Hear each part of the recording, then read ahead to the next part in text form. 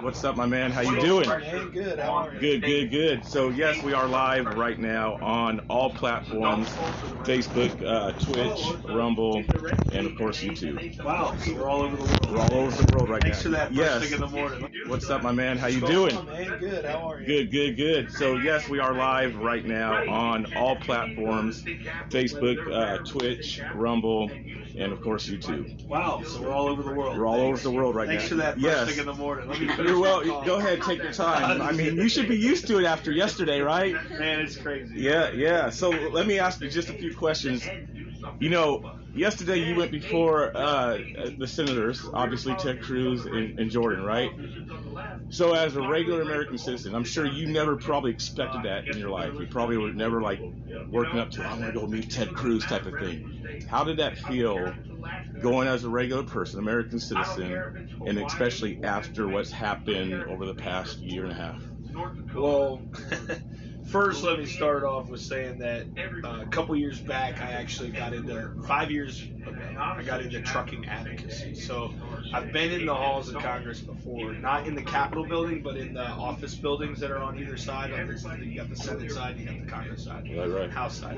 And so I've met with people before. You know, it's not the first time that I've met with senators or House members or anything, but never met anybody the caliber of Senator Johnson, Senator Cruz. That's tough to do. Let alone the individual. I haven't even been able to get in to see their staffers because normally you have to be like a constituent to see them. Well, I don't live in Texas. You know what I mean? So what was amazing about it and what I guess humbling would probably be, you know, kind of like knock you down a peg or two maybe, Right. was you get there and there's so many important people walking around and you just see them all and, you know, you try to, I'm mad at them, right? So like it was a little easier to not be like stargazed or anything like that, you know, but you can't help but feel that like there's really powerful people walking around those halls, you know, and all those years of doing the trucking advocacy, you know, I've done trucker protests in downtown DC before, parked trucks on Constitution Avenue, parked trucks on the National Mall.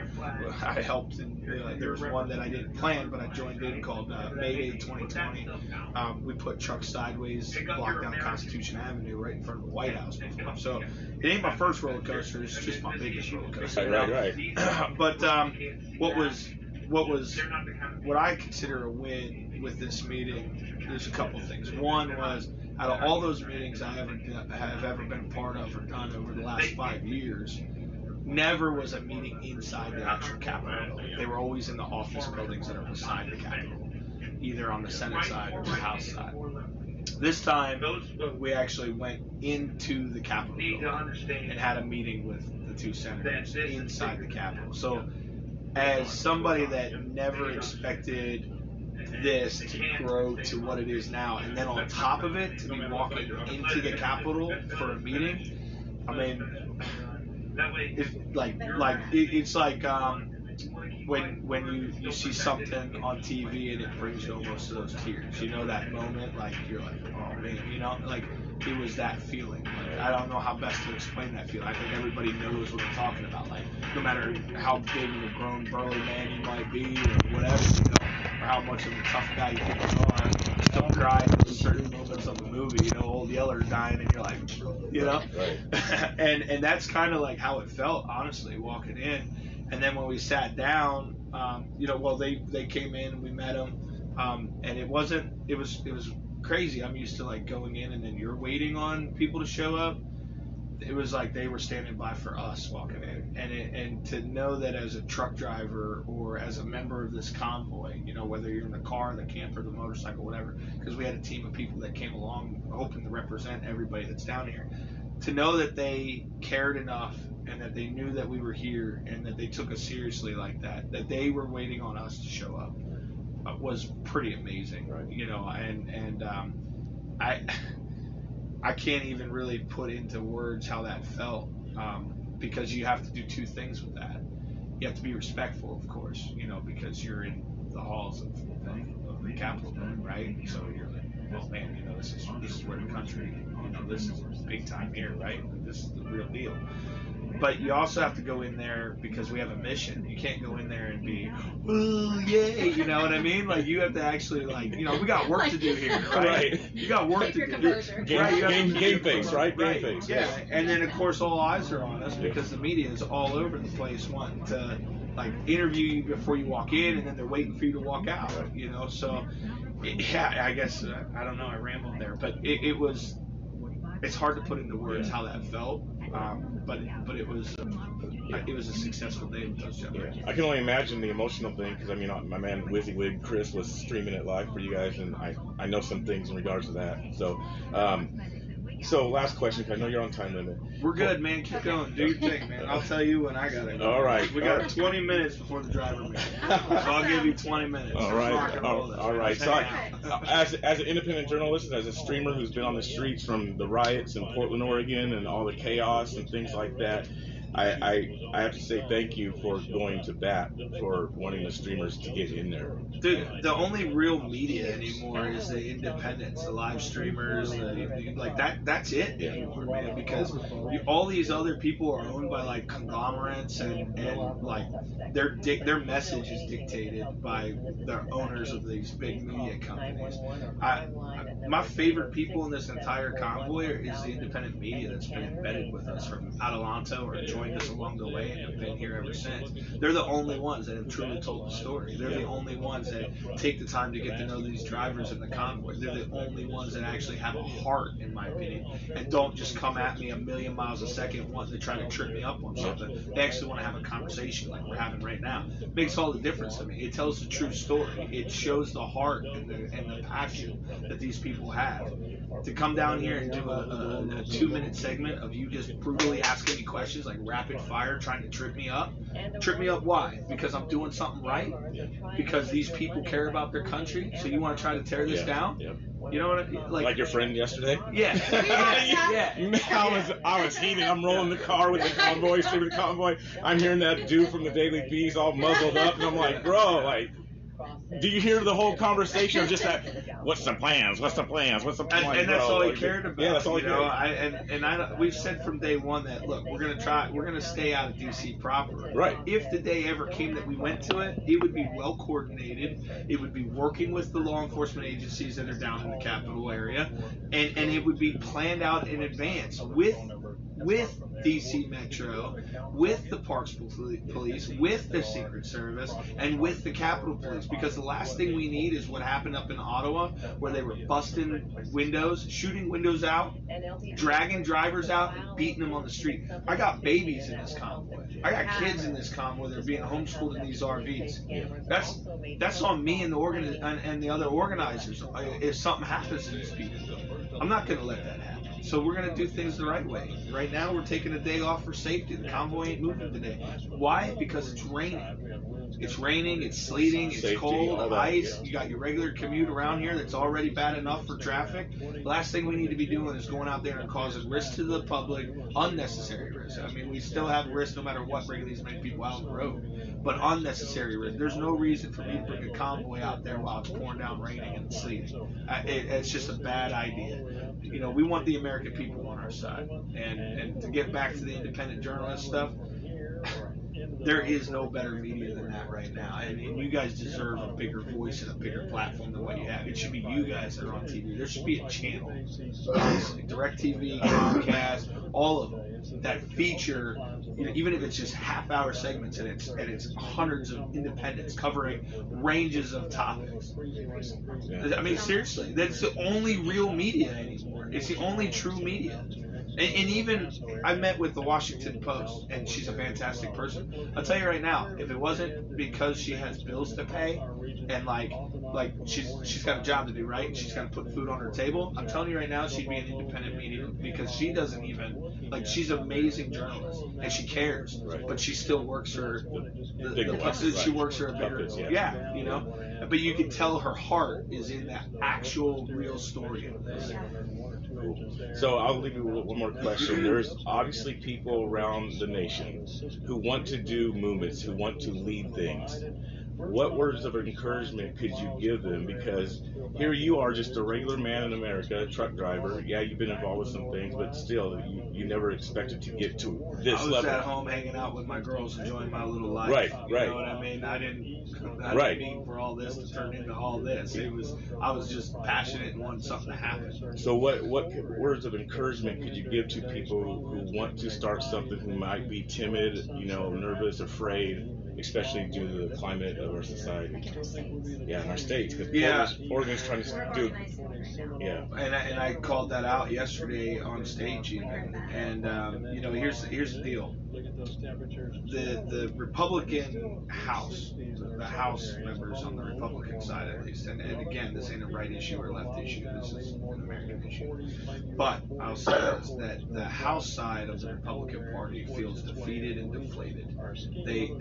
I could get that from that second meeting. Those guys, even if they cared, there's just nothing that they can do. Absolutely nothing, because they're in the minority of the House.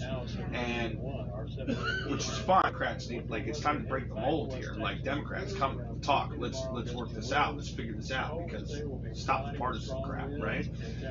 So what that means, because of the difficulties to get them to break the mold or to step outside and do something that's bigger than themselves, but because they won't do that, because we seem to have problems finding congressmen and women on both sides of the aisle that are actually willing to do something like that, the fight is obviously showing that it's at the state level.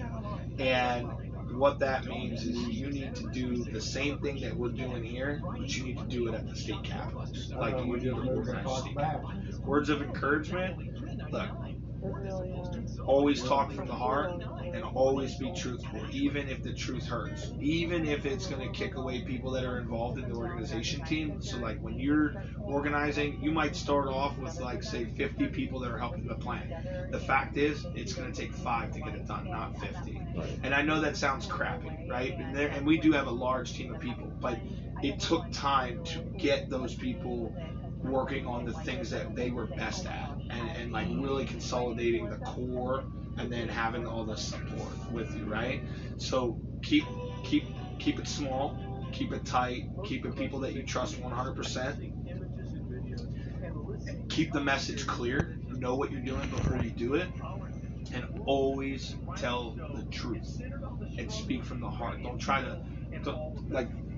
Don't write bullet points and then stand up there going, today we're gonna go around the Beltway, right? Don't do that. Sounds very presidential. Right, exactly, right? Can I say that? That almost came out of my mouth. It's fake. It's fake. Yes. It's fake. It's fake. Yep. That's the problem with the politics today in the country. They're fake. Every single one of them are fake. Yep. There's good-hearted people that really want to get good things done, but their hands are tied by the left or the right. It goes both ways, right? So speak your truth and speak from the heart. Care about others, even if they disagree with you. Yesterday that reporter. Yes. Look, man, he was I'm not even gonna say what he was. And 2 of the people that were there with me went after him, and I even kind of was chirping at him a little bit, right? But even off camera, what people didn't see, I don't know if they saw it, I don't know if it live streamed. When we walked outside after it was all said and done, and I put my hand on his shoulder outside in the hallway. I did it. I think somebody said I did it too inside the room. I don't remember that part, but I put my hand on his shoulder and said, "Listen, I respect you as a human being on earth." We heard it, but on camera it wasn't turned on you. And because everybody's got a job to do still, right? And what I'm getting at is that'd be turned into a long story, but what I'm getting at is respect everybody, even if they disagree with what you're doing. Be respectful, speak the truth, and let it come from the heart. Right. Don't get caught up in all the cameras or the senator that wants to see you. Don't get caught up in it. Don't go see him. Absolutely, the dialogue is important, but don't get stargazed and don't let them feed you crap, because they're going to sit there and they're going to tell you, yeah, absolutely, I support you, we're going to do this, we're going to do that, and then all of a sudden the movement's over, but nothing happened. Yes. That's why these folks need to organize in their states, and they need to go to the states, and they need to sit at their states. They need to sit at their states and not go anywhere.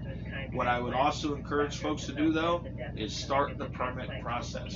Start the permit process. The permits make a difference, and contact your local law enforcement and let them know what you plan on doing. You're allowed to do it. Even if they sit there and say you can't do that, you are allowed. You're protected under your First Amendment rights, and that's what you keep pushing. First Amendment, First Amendment, First Amendment, First Amendment. Keep pushing that. You're allowed to do that. They can't say no. They might try to deny permits. They might say, oh, it takes 3 weeks to do permits. No, it takes 48 hours to issue permits. Don't let them lie to you. Don't let them bully you around. They will try. They will try to stop you. They 100% will try to stop you. So just stay the course, and if they do try to stop you, then keep bullet, like stay in front, go get an attorney. Seriously, do a fundraising drive or whatever to pay for an attorney. Go get an attorney, especially a constitutionalist attorney, like somebody that practices constitutional law. Go get that attorney and immediately sick that attorney after the city. Get that attorney after the capital region. Like sick them, literally get them. I like it. Take them off. Let the attorney go off his leash, his or her leash, Yep. and sick them after the police department, sick them after the permit office, and sick them after the capital. Wherever city that may be, whatever state that may be, sick them after them, because they'll get the permits done and they'll fight for you on the constitutionality of what you're doing, and that's the key to it. Law-abiding and peaceful. And if any of them stand in your way for being able to do those two things, get the attorney through crowdsourcing or whatever. People that you trust to do crowdsourcing, first off, because there's a lot of scammers, and then get that attorney and send them into the Capitol. Tell them, I need you to talk to this person, whatever, and send them. Dude, they'll bend. They'll bend and break, and they'll give, and you'll have your permits, and you'll be rolling in on their law-abiding peaceful protest. That's what's up, and that's what we need. That's what we need, and I'm loving the tactics. I'm loving your game plan. How you in the organization, it's on point, and it's making a statement. Obviously, I hope so. Honestly, I hope so. At the end of the day, even if I don't know, I don't see it happening this way, but if it would, if nothing really comes out of this, that we don't end the mandates and we roll out of Hagerstown and we go home, right? Obviously, I'm gonna go back to Ohio, and we're gonna go after. We're gonna keep fighting in Ohio, right? I'm gonna go back to Ohio, and I'm gonna fight for Ohio. I mean, that's what's gonna happen. I'm telling you, that's what's happening. When I go back to Ohio, that's what's happening. We come in Columbus. There's the warning, right? There's the warning. Yeah. But each state's different in what they're requiring and what they're doing. But see, even if your state doesn't personally have the mandates, like the federal mandates are still in place. You still have your healthcare workers. You still have the DOD. You still have those. Putting pressure on the state then starts pressuring the federal government to do something. So don't fall for the rhetoric of people saying, "Oh, well, it's a red state and they support you and we don't have mandates." Yes, you do still have mandates. You have them on the federal scale. We're from Oregon. We're fighting it daily. Right. You need to go to the state capitol, whether they're red or blue state capitol, and you still need to fight it. You still need to pressure it, even if the state supports you. Because once the state feels that pressure, they make their senators, they make like the constituents start saying, hey, this needs to end, do something, help us. Then maybe, just maybe, these career politicians on the right and the career politicians on the left will finally break the mold and sit down and say, okay, guess we better listen to the people. The people, yep. That's so it doesn't matter, red or blue state. I don't care if it's Alaska or Texas. Right. I don't care if it's Hawaii or Pennsylvania. I don't care if it's Maine or Florida, North Dakota or Louisiana. Everywhere. Yep. It needs to happen everywhere across the nation. And honestly, it should happen on the same day. It should start. And even if it don't start on the same day, within that week it should start to build. And everybody needs to go there with the same intent as we came here. Law-abiding, peaceful, with no end date. Right. With no end date. Don't give an end date.